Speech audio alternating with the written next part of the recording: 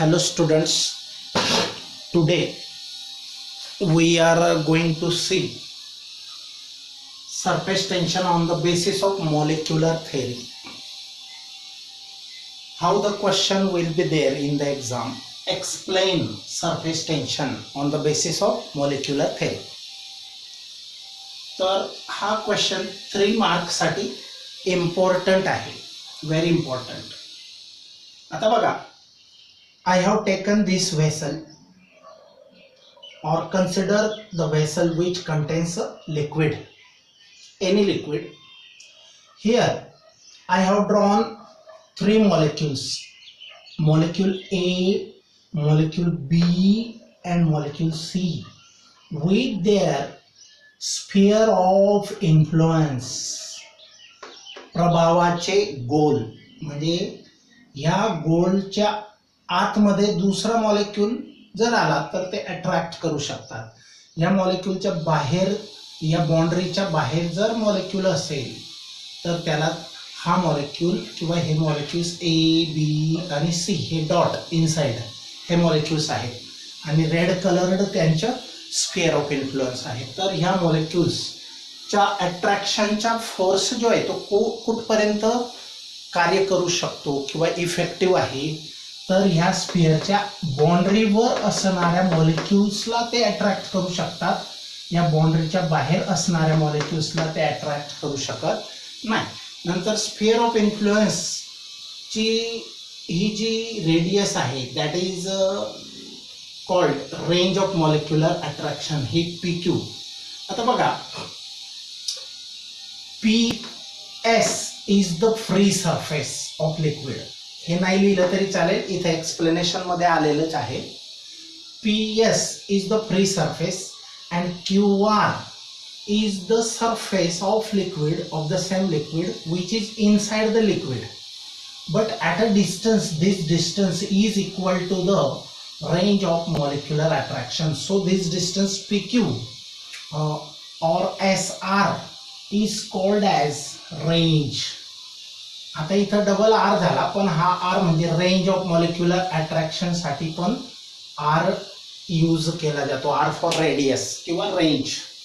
आता बघा, हे मॉलिक्यूल्सची सिच्युएशन असे ए सारखे इथं भरपूर मॉलिक्यूल्स आहेत, बी सारखे पण इथं भरपूर मॉलिक्यूल्स आहेत या सरफेसवर, सी सारखे भरपूर मॉलिक्यूल्स आहेत ऑन द सरफेस सी.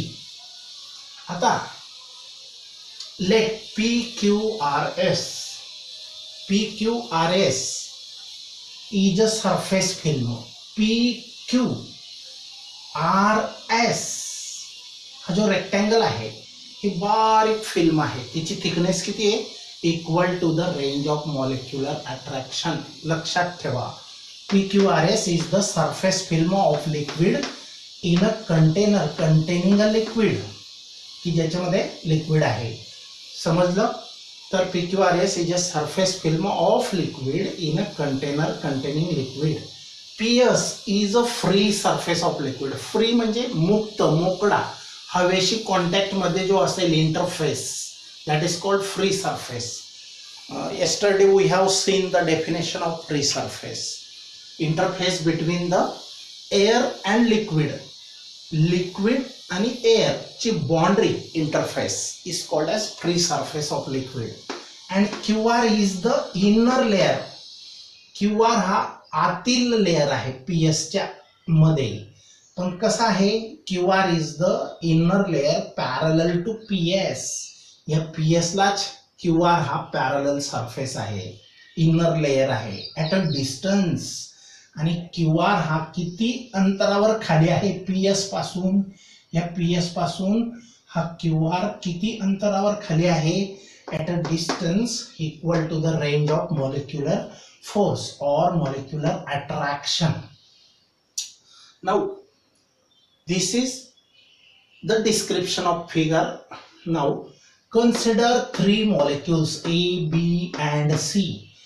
हे 3 molecules गृहीत धरा, A, B आणि C, in a liquid in a vessel such that वेसलच्या लिक्विड मध्ये ABC असे 3 मॉलिक्यूल आहेत, सच दॅट असे आहेत की the molecule A is well inside the liquid. हा A वेल म्हणजे पूर्णतः लिक्विडच्या आतमध्ये आहे, वेल इनसाइड द लिक्विड. बघा डिस्क्रिप्शन कसं आहे. नंतर the molecule B is within surface film. Molecule B कसा आहे, ना सरफेसवर आहे ना लिक्विड मध्ये पूर्णतः आहे त्याच्या स्फिअर ऑफ इन्फ्लुएन्स, पण तो इन द फिल्म आहे. Molecule B is within surface film, within या सरफेस फिल्मच्या मध्ये आहे, लक्षात ठेवा.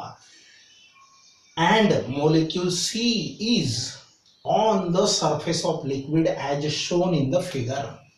तर मॉलिक्यूल C कसा आहे, ऑन द सरफेस आहे. C सारखे भरपूर मॉलिक्यूल असतील ऑन द सरफेस, पण आपण ओनली 3 मॉलिक्यूल्स कन्सिडर करतोय. तिघांची सिच्युएशन आपण डिफरंट घेतोय. तर आता तिघांचं डिस्क्रिप्शन बघूया आपण. मॉलिक्यूल ABC हे डिस्क्रिप्शन Aचं आहे, हे Bचं आहे, हे Cचं आहे. आणि मग या तिघांवरून आपण काय गेस करू शकतो, तर हे आन्सर असेल ह्या क्वेश्चनचं. तर बघा, molecule A, the sphere of influence of molecule A is entirely fully Holy inside the liquid. Molecule A चं स्फिअर ऑफ इन्फ्लुएन्स हे पूर्णतः लिक्विड मध्ये आहे. म्हणून काय झालं, ॲज अ रिझल्ट परिणामी molecule A is acted upon by equal cohesive forces in all directions. तो मध्ये असल्यामुळे आजूबाजूचे जे नेबरिंग मॉलिक्यूल्स आहेत त्याचे ते त्याला अट्रॅक्ट करतात. हा पण त्यांना अट्रॅक्ट करतो, ते पण याला अट्रॅक्ट करतात इक्वली इन ऑल डायरेक्शन्स. हे स्फिअर आहेत, गोल आहेत, सर्कल नाहीत, स्फिअर आहेत. तर the molecule A is acted upon by equal cohesive forces in all directions. Hence the net cohesive force acting on the molecule A is 0. म्हणून cohesive force, आता cohesive फोर्सची डेफिनेशन काय सांगितली होती, सेम टाईपच्या सबस्टन्सचे मॉलिक्यूल एकमेकांना अट्रॅक्ट करणे, दॅट इज कोहेसिव्ह फोर्स. मग हा लिक्विडमध्ये आहे आणि आजूबाजूला पण लिक्विडचेच मॉलिक्यूल आहेत, मग त्यांच्यामध्ये जे अट्रॅक्शन असेल तो कोहेसिव्ह फोर्स असेल. म्हणून एवर जो ऍक्ट होणारा कोहेसिव्ह फोर्स आहे तो इक्वल आहे इन ऑल डायरेक्शन. हे arrows, these arrows shows the cohesive force in all direction, all possible directions. So the net cohesive force acting on the molecule A is 0.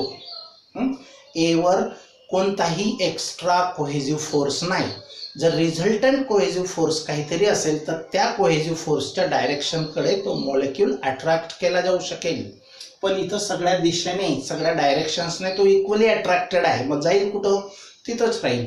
म्हणजे त्याच्यावर act होणारा net म्हणजे पूर्ण total cohesive force हा कसा आहे, 0 आहे. Okay, now for about molecule B. For molecule B, आता B कसा आहे, त्याच्या काही पार्ट, अर्धा नाही बरं का, अर्ध्यापेक्षा कमी पार्ट हवेमध्ये आहे आणि जास्त पार्ट त्याचा हा एवढा पार्ट लिक्विड मध्ये आहे आणि थोडासा पार्ट हा हवेमध्ये आहे. मग हवेचे मॉलिक्यूल्स इथं असतील आणि ते मॉलिक्यूल्स पण ह्याला ओढतील, पण तो कोणता फोर्स असेल, हवेचे मॉलिक्यूल्स लिक्विडच्या मॉलिक्यूलला अट्रॅक्ट करणे म्हणजे ॲडहेसिव्ह फोर्स. आणि एवढेच मॉलिक्यूल, आता हवेमध्ये मॉलिक्यूल फार विरळ असतात किंवा कमी असतात आणि खाली molecule, number of molecules of liquid हे क्राउडेड आहेत, मोर आहेत, डेन्स आहेत. डेन्सिटी इथं एअरची डेन्सिटी कमी असते वॉटरच्या डेन्सिटीपेक्षा, म्हणजे number of molecules in this region are more because the region is more. Only a small part of the sphere of influence of the molecule B is in the air and most of the part is in the liquid. So the liquid molecules are more in number and the liquid molecules B is also of liquid molecule. B is also liquid molecule and other molecules more which are present here are also of liquid. So they exert a cohesive force and so due to more number of molecules exerting cohesive force on the molecule B, that's why the molecule B gets attracted in the downward direction, and only a few molecules which exerts a adhesive force, because air and liquid, B हा लिक्विडचा आहे आणि हे खालचे सगळे लिक्विडचे molecule आहेत, म्हणून कोणता liquid लिक्विडला attract करेल त्याला म्हणतो आपण कोहेसिव्ह फोर्स, आणि एअर चे मॉलिक्यूल लिक्विडला अट्रॅक्ट करतील त्याला म्हणणार आपण ॲडेसिव्ह फोर्स. मग इथं कमी मॉलिक्यूल्स आहेत म्हणजे ॲडेसिव्ह फोर्स हा कमी आहे, पण कोहेसिव्ह फोर्स हा जास्त आहे, म्हणून कोहेसिव्ह फोर्स जास्त असल्यामुळे तो लिक्विडच्या साईडने अट्रॅक्ट असेल. आता बघा परत एकदा हे एक्सप्लेनेशन मी सांगतो. For a molecule be a part of its sphere of influence is outside. Part म्हणजे थोडासा हिस्सा, त्याच्या स्फिअर ऑफ इन्फ्लुएन्सचा हिस्सा कसा आहे, आउटसाइड द लिक्विड सरफेस आहे. This part contains air molecules. या पार्ट मध्ये एअर मॉलिक्यूल्स असतील, whose number is negligible compared to the number of molecules of liquid. आता या स्फिअर ऑफ इन्फ्लुएन्स मध्ये दुसरे मॉलिक्यूल्स आहेत, पण इतक्या पार्ट मध्ये जे number of molecules of liquid आहेत त्यांच्या मानाने the number of molecules of airs in this part are less or negligible. Negligible means very very small in number. So more number of liquid molecules are present in the sphere of influence of the molecule B. Okay, so whose number is negligibly compared to the number of molecules of liquid, therefore the molecule B is experiencing a net cohesive force in the downward direction. म्हणून तो कोणता force experience करेल, net downward force in the downward direction. As a result molecule B gets attracted inside the liquid, आणि याचा परिणाम काय होतो, B molecule हा लिक्विड कडे अट्रॅक्ट झालेला दिसेल, म्हणजे लिक्विडला सोडणार नाही. आता बघूया, समजलं, मग समजलं ए काय होता, well inside the liquid, so it is equally attracted by neighboring molecules in all possible directions, so the net cohesive force acting on the molecule A is 0. But what about B? If we see the sphere of influence of molecule B, then most of the part of its sphere of influence is inside the liquid, and a small part of the molecule B is outside the film or above the liquid. So there are two types of molecules here, air molecules and below liquid molecules. Air molecules trying to attract molecule B, but molecule B is made up of liquid and air molecules are of air, so there is adhesive force, but only few molecules are attracting B to the molecule B, so this force becomes weaker, and more number of particles of a liquid are present in this sphere of influence, and this molecule B is also of liquid, so the cohesive force becomes greater, and cohesive force becomes greater, that's why B gets pulled in the downward direction or towards the side of liquid. Understood? Now for molecule C.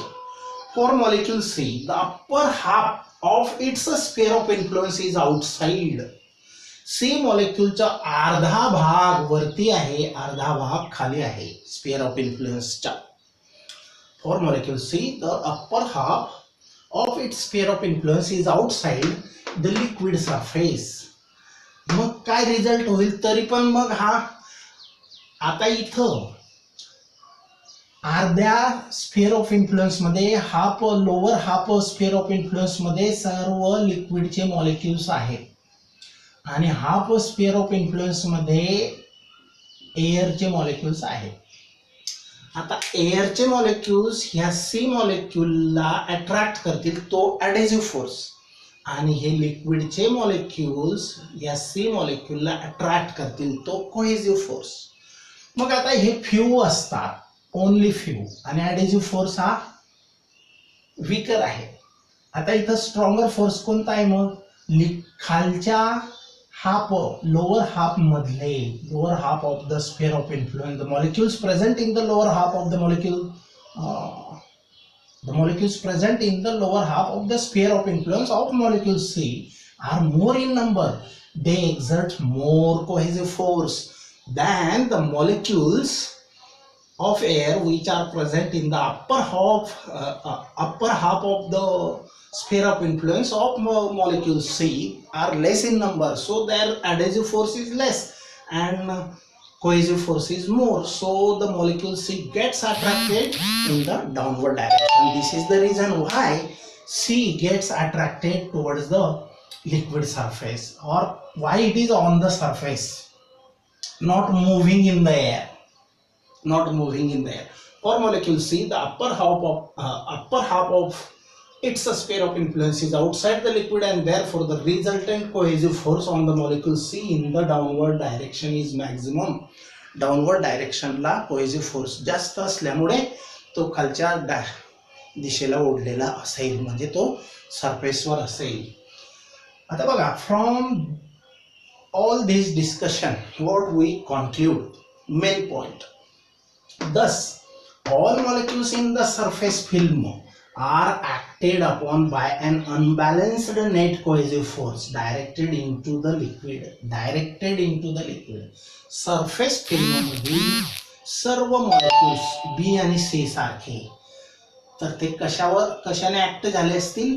Unbalanced net cohesive force, म्हणजे resultant आहे, zero नाही हा. Unbalanced म्हणजे काहीतरी result असेल, त्याला म्हणायचे unbalanced net cohesive force directed into the downward direction और into the liquid, because liquid is in the downward direction.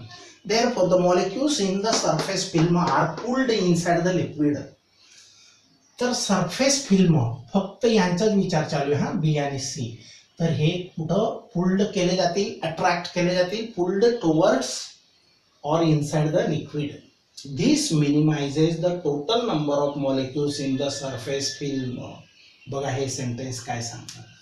जर बरेच मॉलिक्यूल या सरफेस फिल्म मधले खाली अट्रॅक्ट झाले, या QR लेयरला ते जर आले, तर मग या सरफेस फिल्म मध्ये number of molecules like B and like C are less in number. समजलं? This minimises total number of molecules in the surface film. कारण खाली जास्त ओढलेले असतील ते, या लेयर QR च्या खालची डेन्सिटी जास्त आहे आणि QR च्या वरती जी सरफेस फिल्म आहे हा एकदम बारीक थर असतो. तुम्हाला मी काल सांगितलं होतं एक्झाम्पल, पाण्याने फुल ग्लास भरा, अप टू द ब्रिम, काठोकाठ भरा, आणि त्याला असा हॉरिझॉन्टली डोळ्यांच्या लेवलला जर पाहिलं तर बारीक काचेसारखा थर दिसतो, आणि तो थर म्हणजेच सरफेस फिल्म. तर this minimises the total number of molecules in the surface film. म्हणजे सरफेस फिल्ममुळे, ह्या कारणामुळे बरेच मॉलिक्यूल्स खाली ओढले गेल्यामुळे इथं नंबर ऑफ मॉलिक्यूल्स हे या लेयरमध्ये कमी होतात. आणि म्हणजे काय मग, हाच खरा मेन पॉइंट आहे बघा. ॲज अ रिझल्ट आणि परिणामी the surface film remains under tension. ती सरफेस फिल्म वर कोणीतरी ताण लावलेला आहे, टेन्शन मध्ये राहते ती, तिचे मॉलिक्यूल्स खाली ओढून ठेवलेले आहेत. जसं मंडपला आम्ही काल एक्झाम्पल दिलं होतं, खांबांनी किंवा दोरांनी असं टाईट करून ओढून ठेवलेलं असतं, तसं the molecules in this surface film are remains under tension. This surface film of a liquid behaves like a stretched membrane. ही सरफेस फिल्म बिहेव्स लाईक म्हणजे वागणूक दाखवते, like a stretched elastic membrane. Membrane माहिती तुम्हाला? Membrane जसा balloon जर आपण ओढला, असा कापून असा ओढला, तर तो स्ट्रेच्ड मेम्ब्रेनचं काम करतो. स्ट्रेच्ड मेम्ब्रेन, बलूनमध्ये हवा भरत भरत त्याला फुगवला, फ्लॅट केला, तर तो त्याची जी वॉल आहे it behaves like a stretched elastic membrane. मग हा सरफेस फिल्म जो आहे it behaves like a stretched म्हणजे ताठ केलेली, इलास्टिक रबरासारखी elastic membrane. This is known as surface tension. यालाच सरफेसवरील ताण असे म्हणतात, surface tension. And the force due to it acts tangential to the free surface of the liquid. आता हा पॉइंट बघा. तर हा फोर्स कसा ॲक्ट होतो? टँजेन्शियल. म्हणजे समजा हे एक व्हेसल आहे आणि या व्हेसलमध्ये आपण लिक्विड भरलेलं आहे, हा सरफेस आहे. तर समजा एवढा आपण युनिट एरिया कन्सिडर करू, तर फोर्सेस असे ॲक्ट होतात टँजेन्शियल. टँजेन्शियल म्हणजे आडवे. टँजेन्शियल म्हणजे आडवे. म्हणजे बघा, हा वेसल आहे, त्याच्यावर हा लिक्विड भरलेला आहे, त्याचा हा सरफेस आहे. तर त्याच्या सरफेसला इकडे इकडे तिकडे ताणून धरणारा जो फोर्स आहे तो टँजेन्शियल आहे. म्हणजे parallel to the surface, parallel to the PS असा असेल. This tangential force per unit length, ही लेंथ पर युनिट असेल तर त्याला सरफेस टेन्शन असं म्हणतात. ते नंतरच्या टॉपिकमध्ये आपण डेफिनेशनमध्ये बघणार आहे. मग एवढा पार्ट समजला. This is known as surface tension. कोणता? The surface tension, surface film of a liquid behaves like a stretched elastic membrane, and this is under tension. Why? Because more number of molecules gets pulled or attracted towards the liquid, and only few number of molecules are present in the surface film, so that reduces the number of molecules in the surface film. If the number of molecules are reduced in the surface film, this surface film is under tension. This tension is called as surface tension. Also, the force due to it acts, this tension is this force acting on the surface is tangential to the free surface of the liquid. He definition साठी पुढच्या कामाचे आहे. हा point लिहिणे गरजेचे आहे. Very simple. You can prepare it well. Now we'll stop for the next topic. Theoretical part hota. Okay, we'll stop now here.